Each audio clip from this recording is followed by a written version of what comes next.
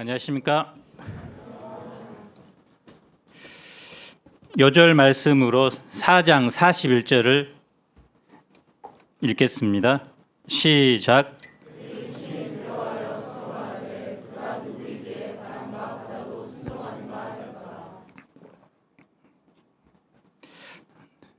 하나님 나라 비밀에 대해 말씀하신 후 예수님의 사역은 제자들에게 집중됩니다.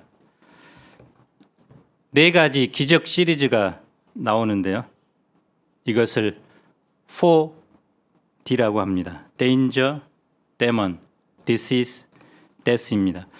오늘 본문은 예수님이 위험으로부터 구원하신 사건, 가라사에 있는 악령을 쫓아내는 내용입니다. 이 2가지 기적 속에 나타난 예수님은 누구일까요? 제1부 그가 누구이기에 35절을 봅시다. 예수님께서 비유 속에 감추인 비밀들을 해가 지도록 설명합니다. 날은 저물고 이때 예수님은 갑자기 우리가 호수 저편으로 건너가자라고 제안하죠. 제자들은 봄 야유회쯤으로 생각합니다. 헌호성을 지르며 힘껏 노를 저어갑니다. 순풍에 돛단 듯 배는 갈릴리 호수를 달립니다. 호수 한가운데 들어서자 갑자기 광풍이 붑니다. 거대한 파도가 치고 배는 물로 가득해 침몰 직전입니다. 베테랑 어부들도 속수무책입니다. 죽음의 공포에 휩싸입니다. 예수님은 이런 상황을 아는지 모르는지 배 뒤편에서 주무시고 계십니다. 제자들은 예수님을 깨우며 부르짖습니다. 선생님, 우리가 죽게 된 것을 돌보지 아니하십니까? 예수님의 반응이 어떠합니까? 오메, 겁나 미안하다. 내가 너무 피곤해서 깜빡 졸았구나. 이렇게 말씀합니까? 39절 상반절을 봅시다. 예수님은 깨어 일어나 바람을 꾸짖고 바다에게 명령합니다. 잠잠하라, 고요하라. 선생님이 교실에서 떠드는 아이들에게 말씀하듯 바람과 바다를 향해 말씀합니다. 순식간에 바람과 바다는 잔잔해집니다. 잔잔한 수면 위로 달빛이 환하게 비추입니다. 예수님은 이제 제자들에게 말씀합니다. 어찌하여 이렇게 무서워하느냐? 너희가 어찌 믿음이 없느냐? 이런 상황에서 두려워하지 않을 사람이 몇이나 될까요? 런던 타임즈에서 두려움에 대한 설문을 조사해 발표한 적이 있습니다. 사람들이 가장 두려워하는 것이 무엇일까요?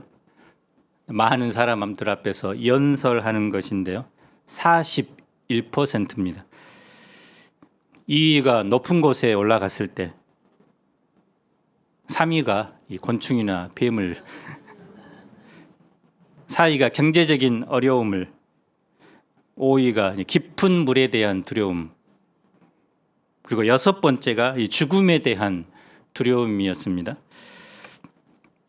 성경에서는 이렇게 인간의 체질을 잘 알고 두려워하지 말라는 말을 반복하고 있습니다. 인생을 항해로 비유하죠. 순풍이 있는가 하면 때로는 광풍을 만납니다. 광풍은 삶의 근본을 흔드는 풍랑입니다. 내 삶의 존재를 위협하는 고난입니다. 하지만 그것을 통해 우리는 무엇을 배울 수 있을까요? 첫째, 광풍은 누구에게나 있습니다. 꽃길만 걸으세요라는 말을 자주 합니다. 인생길에 꽃길만 있으면 얼마나 좋을까요? 실상은 누구나 인생에 갑작스럽고 예기치 못한 일을 만납니다. 그래서 광풍은 우리의 힘으로 어떻게 할 수 없는 불가항력적인 사건입니다. 계획과 시간표에 상관없이 갑자기 불어닥치는 것입니다. 사랑하는 사람이 갑작스럽게 사고로 죽습니다. 작년에 이태원에서 159명이 죽었죠. 사업에 부도가 나기도 하고 또 사기를 당하기도 하고 잘 다니던 직장에서 해고를 당하기도 하고 또 자격증 시험에 여러 번 낙방하여 이제 도전하는 것도 쉽지 않습니다. 우리 목자들에게는 모든 것을 다 바쳐 섬겼던 양이 어느 날 말도 없이 떠납니다. 예수님과 함께 걷는 이 믿음의 길에도 항상 봄날만 있는 것이 아닙니다. 롤러코스터를 탈 때가 많습니다.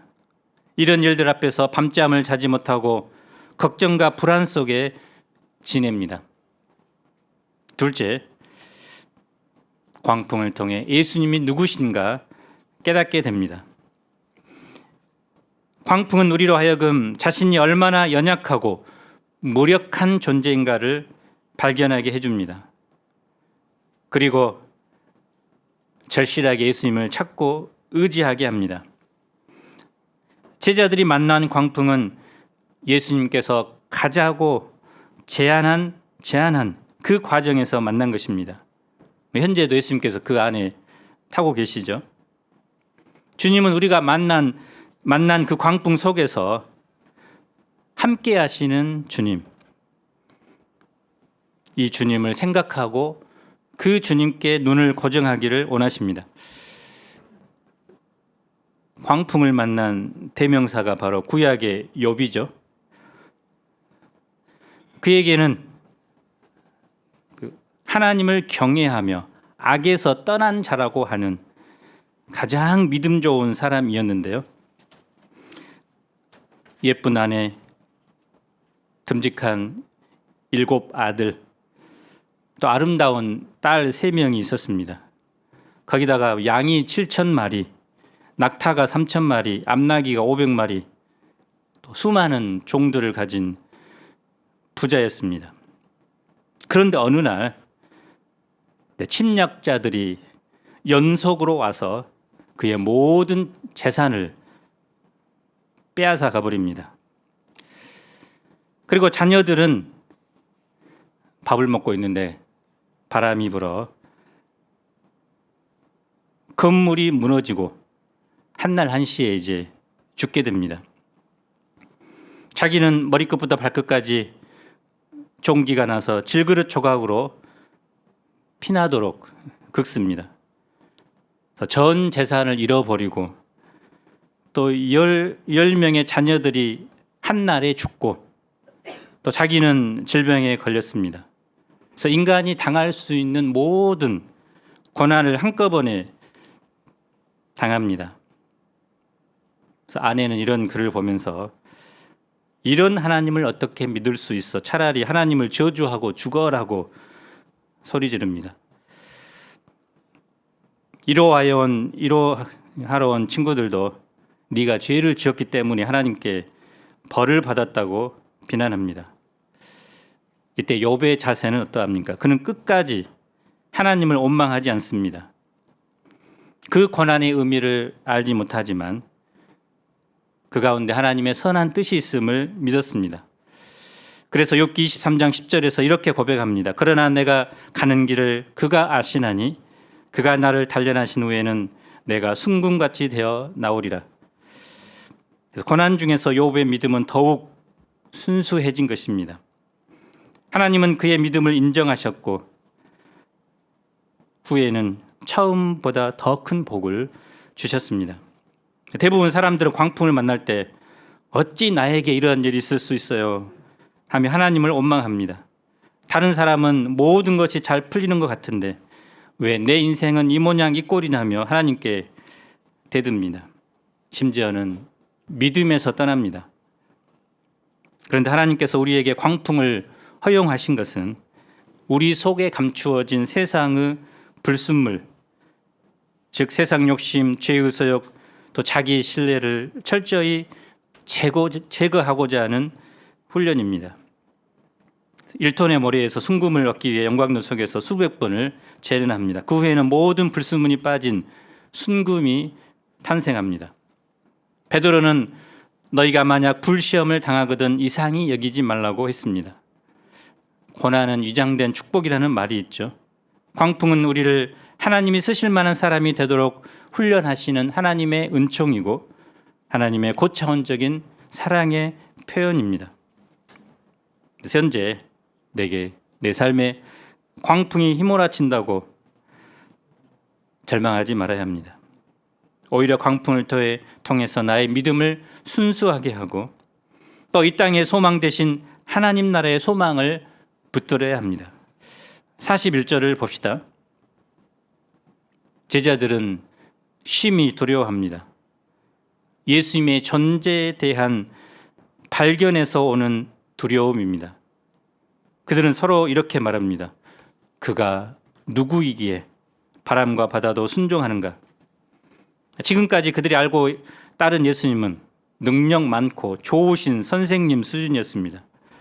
하지만 광풍 사건을 경험하면서 예수님께 대한 새로운 인식을 갖게 됩니다. 업으로 살면서 바람과 바다는 내가 순종해야 하고 순응해야 할 대상이었습니다. 누구도 바다와 바람을 거스를 수 없다고 생각했습니다. 인간은 거대한 대자연 앞에서 순응하고 순종하며 사는 존재로 여겼습니다. 바람이 부는 대로 물결이 치는 대로 거기에 맞추어 사는 것이 삶의 지혜라고 여겼습니다. 때로는 바람과 바다가 배를 삼키면 그것도 업으로서 받아들여야 할 운명이라고 생각한 것입니다. 그런데 예수님께서는 그런 바람과 바다도 말씀 한마디로 잠잠하게 하시고 순종하게 하셨습니다. 또 다른 차원의 기적입니다. 종교개혁자 칼빈은 이런 말을 했습니다. 기적은 하나님께서 자기 백성을 구원해 나가시는 표적이다. 이 사건을 통해서 바로 예수님은 자연 만물을 창조하며 다스리시는 창조주 하나님의 능력이 드러난 것입니다. 창조주 하나님이 바람과 파도를 잠잠하게 하는 것은 아무것도 아닙니다. 그래서 시편 89편 9절은 이렇게 말합니다. 읽어보겠습니다. 시작.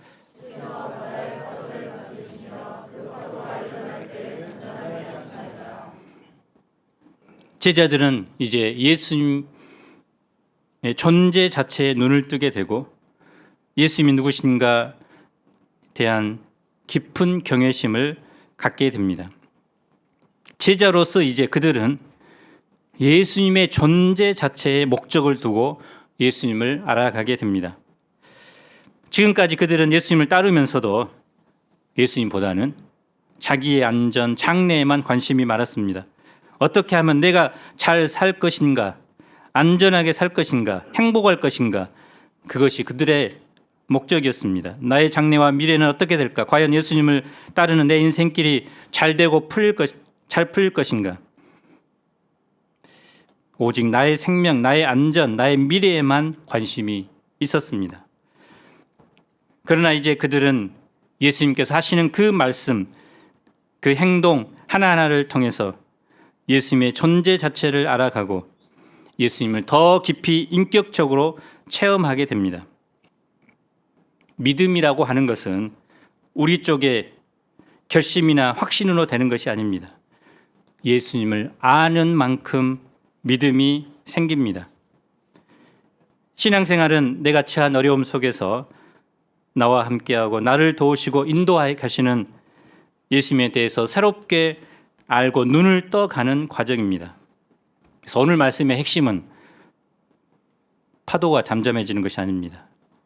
파도는 한번 지나가면 그것으로 끝나는 것이 아닙니다. 또 다른 파도가 옵니다. 파도가 올 때마다 죽겠다고 소리를 지르는 반복이 우리의 삶이 되어서는 안 됩니다. 예수 그리스도가 행하신 능력보다 능력을 행하시는 그리스도를 바라보아야 합니다. 우리의 관심은 기적이 아닙니다. 예수님은 어떤 기적도 행할 수 있는 분입니다. 기적보다 더 중요한 것은 바로 전능하신 예수님이 우리의 구원자이고 우리의 목자라는 사실입니다. 우리가 가는 인생길에서 예수님은 우리와 늘 함께 하십니다. 앞으로도 동행하십니다. 뿐만 아니라 우리를 도우십니다. 그래서 우리가 광풍을 통해서 바로 예수님을 한 단계 더 깊이 알아가야 합니다. 제2부, 어떻게 큰 일을 행하사. 광풍을 헤치고 마침내 거라사 지방에 도착하죠. 이른 새벽이었을 것입니다. 늑대 우는 소리도 들리고 제자들의 등골이 오싹해집니다. 그런데 갑자기 시커먼 물체가 소리를 지르며 달려옵니다. 제자들은 깜짝 놀라 예수님 뒤로 숨습니다. 오랜만에 떠난 여행이 공포 여행이 되었습니다. 더러운 귀신 들린 그의 모습이 어떠했을까요? 온 몸이 더럽고 악취가 납니다. 삐쩍 마른 데다가 상처 투성입니다. 옷은 입은 듯 벗은 듯 다 찢어져 있습니다. 그의 거처는 시체들에 있는 무덤입니다. 무엇이 그리 분하고 억울한지 늘 소리를 지르며 돌로 자기 몸을 자해합니다. 귀신 들린 것과 정신병은 구분되죠. 정신병은 질병이고 귀신 들린 것은 악한 영의 지배를 받는 것입니다. 귀신이나 악령에 대한 이야기는 오늘날 주로 무서운 영화나 드라마를 통해서 접하게 됩니다. 과거 미신적 사상에 현대적인 상상을 더한 결과물로 보다 보니 허구처럼 느껴지기도 합니다. 하지만 귀신이나 귀신 들리는 것은 오늘 본문에서 볼 수 있는 것처럼 성경에도 분명히 기록되어 있고 지금도 목격할 수 있습니다. 영화나 거짓 종교를 통해 이런 현실을 왜곡하고 과학과 이성이라는 이름으로 그 자체를 부정하는 것은 사탄이 하는 노림수입니다. 성경은 하나님 외에 또 다른 인격적인 존재에 대해서 언급하는데 바로 천사죠. 천사는 하나님을 직접 섬기도록 창조된 존재로서 사람과 같은 육체는 가지지 않는 영적 존재입니다. 그들은 영적 존재로서 죽지 않고 또 천사들끼리 결혼을 해서 또 다른 아기 천사를 낳지도 않습니다. 처음 창조된 숫자가 그대로 유지됩니다. 천사는 영적인 존재로서 물리적 법칙에 제약을 받지도 않습니다. 하나님처럼 전능하거나 전지하거나 영원하지는 않지만 사람보다는 힘이 있고 지혜가 있고 더 빠르게 공간을 이동할 수 있습니다. 본문의 더러운 귀신은 어떤 천사를 말할까요? 많은 수의 천사 중 실제로 자신이 하나님처럼 되려고 했던 천사들이 있었습니다. 바로 성경에서 사탄 혹은 마귀라고 부르는 천사와 그와 함께 타락한 천사들이죠. 그래서 이들을 우리말 성경에서는 이제 귀신으로 표현합니다. 우리나라 전통에서 사람이 죽어서 귀신이 되어 구천을 떠돈다고 하는데 그렇지 않죠. 원래 귀신은 귀신입니다. 더러운 귀신이 들렸다는 것은 결국 그 사람 존재 안에 들어가 그 사람을 완전히 사로잡아서 통제하는 것을 말합니다. 4절을 봅시다. 이 사람의 특징은 누구도 제어할 수 없다는 것입니다. 심지어 자기 자신도 자신을 제어하지 못합니다. 사람은 누구나 제어받는 것, 통제받는 것을 싫어하죠. 그런데 사람은 제어가 잘 되어야 비로소 사람답게 살 수 있습니다. 자기 능력을 제대로 발휘할 수 있습니다. 예수님은 사람 속에 악한 생각, 곧 음란, 도둑질, 살인, 간음, 탐욕, 속임, 음탕, 질투, 비방, 교만, 우매함이 가득하다고 했습니다. 사람 안에 이런 더러운 것이 있을지라도 제어가 된다면 별 문제가 없겠죠. 제어만 된다면 악에게 이끌리지 않고 건강하게 삽니다.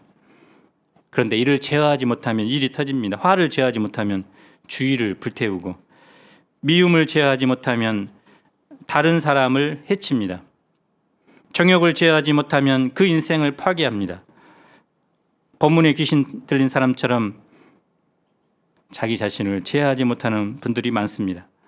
그래서 열심히 이제 중간고사도 보니까 공부해야 되지만, 결심하지만 새벽까지 예전처럼 눈이 삘개지도록 게임을 하고 또 이제 끝난 후에 절망합니다.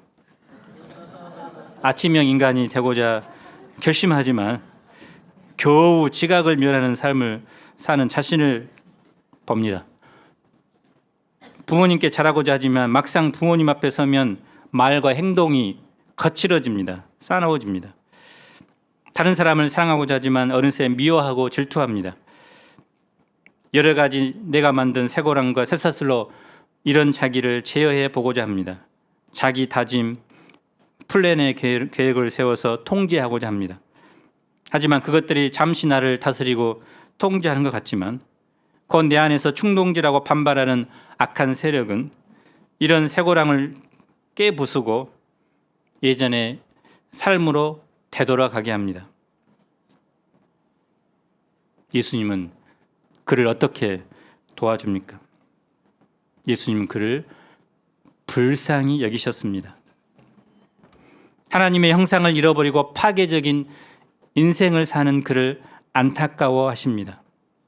예수님이 거라사 지방에 찾아오신 한 가지 이유가 있다면 귀신들로 고통하는 그 영혼을 구원하기 위해서입니다. 예수님은 오자마자 더러운 귀신아 그 사람에게서 나오라라고 하셨습니다. 사람들은 귀신과 이 사람을 동일시했습니다.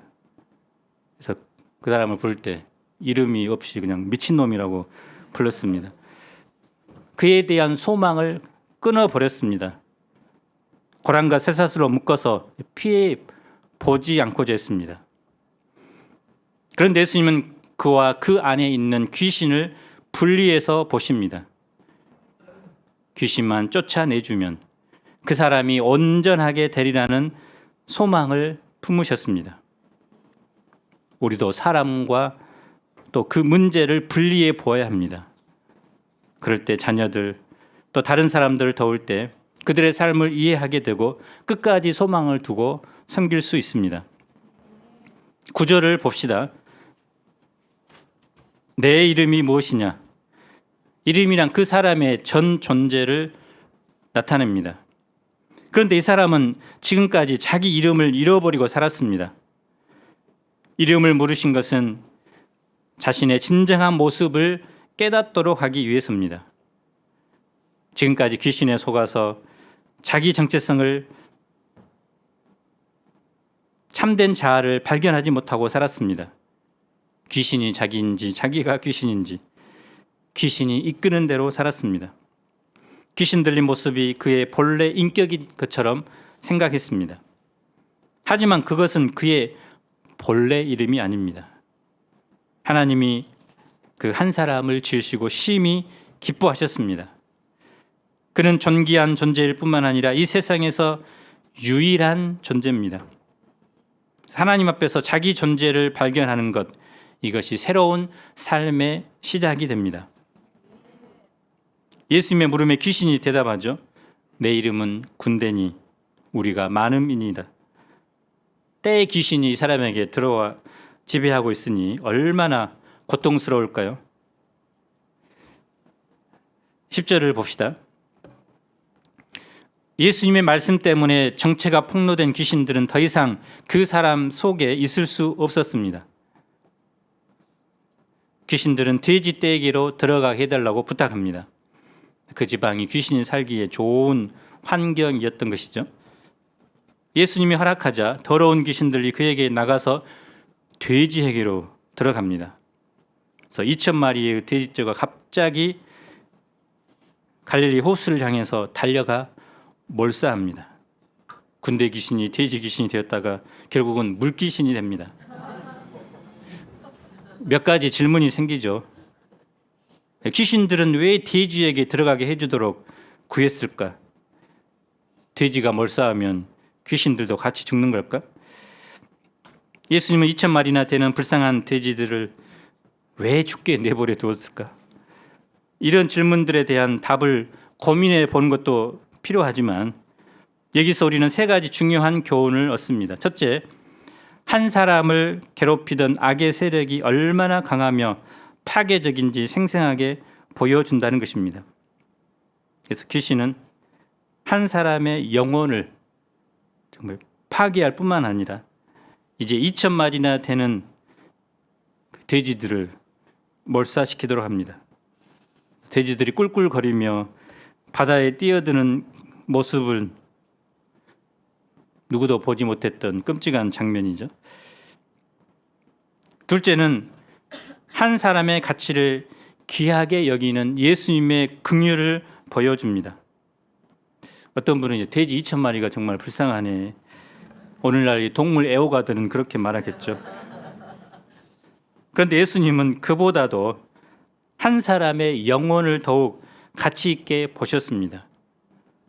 동물이 우리에게 주는 유익이 많지만 동물은 동물일 뿐입니다. 요즘은 동물을 거의 개팔자가 상팔자가 돼요. 자기는 굶더라도 애완견은 맛있는 것을 먹이고 또 병들면 수술까지 하고 또 심지어는 개와 결혼하는 그런 사람도 있습니다. 그러나 예수님은 돼지를 구원하기 위해서 이 땅에 오신 것이 아니라 사람을 구원하시기 위해 이 땅에 오셨습니다. 예수님은 한 영혼을 천하보다 귀하게 여기는 분입니다. 예수님은 한 생명을 구원하고 온전하기 위해서라면 세상 어떤 것도 아끼지 않는 분이십니다. 결국 우리를 죄에서 구원하기 위해 자기 목숨까지 십자가에 내어 놓으셨습니다. 우리가 어떤 몹쓸 죄에 빠지고 어떤 악의 세력이 우리를 끌고 가려고 해도 예수님은 어떤 것이라도 희생하며 심지어 자기 목숨을 희생하더라도 우리를 인도하고 구원해 주십니다. 셋째, 예수님의 절대적인 권위를 보여줍니다. 그래서 엄청난 힘을 가진 귀신들이지만 그들조차도 예수님의 허락을 받고 움직였습니다. 예수님께서 그들을 그냥 멸하지 않고 돼지에게 들어가게 허락하셨는지는 왜 허락하셨는지는 우리가 알 수 있는 영역이 아닙니다. 장차 귀신들은 요한계시록에 보면 최후의 심판날 무정행에 들어갈 운명입니다.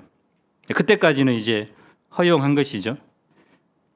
그러나 중요한 것은 예수님께서 허락하셨을 때에만 귀신들도 움직였다는 것입니다.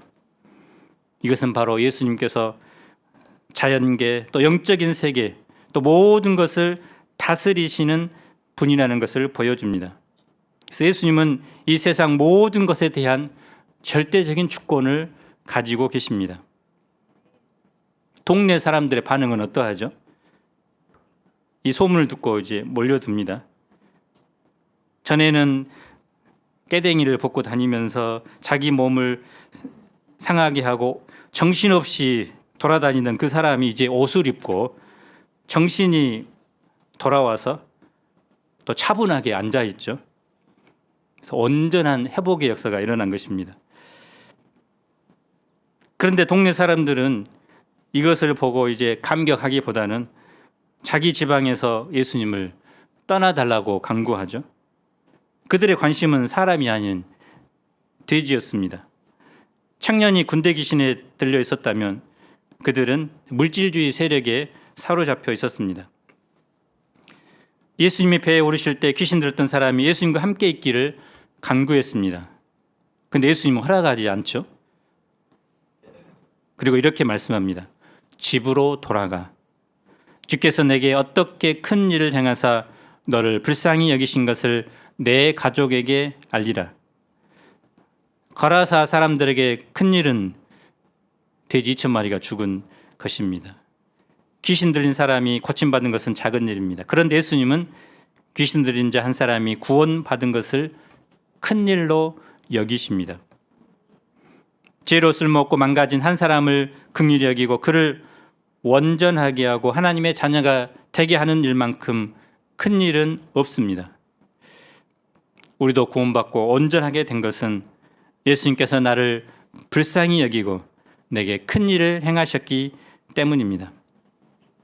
예수님은 그에게 이제 큰 일을 행하는 그것을 가족들에게 알리는 사명을 줍니다. 그래서 이방 지역의 첫 전도자요 목자가 되었습니다. 그래서 우리도 한 사람에게 말씀을 전하고 살리는 이 일이 이 세상에서 가장 위대한 일이라는 것을, 예수님이 인정하시는 일이라는 것을 확신해야 합니다. 우리가 이 시대 악한 영에 붙잡혀 고통하는 한 사람을 긍휼히 여기고 말씀으로 돕고 살리는 큰 일에 쓰임 받을 수 있기를 기도합니다. 자연 세계와 영적 세계를 다스리고 주관하시는 그 예수님을 우리가 더 깊이 알아갑시다. 요절 말씀으로 41절을 읽겠습니다. 시작.